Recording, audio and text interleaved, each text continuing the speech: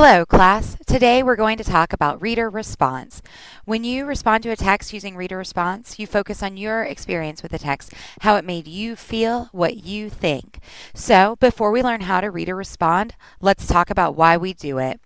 First of all, we do it because reading is a transaction between the writer, it could be this writer or that writer or this writer, and the reader or this reader or that reader. But most importantly, the reader is you.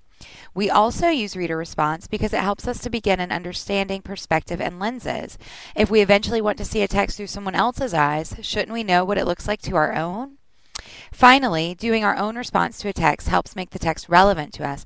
It makes the book or poem come alive for us. It makes the words matter to us. It helps us see how the book fits into the puzzle that is our own world. So, now we know why, let's talk about how. First, you are going to go read a text, a book or a poem or a short story or a comic book. It doesn't matter. You're going to go read. And then you're going to put on your thinking cap and you're going to think and you're going to write. You're going to think about how you feel about this text, what you think about the text. And then you're going to think and write some more. You're going to think about your personal history, your gender, your race, your experiences.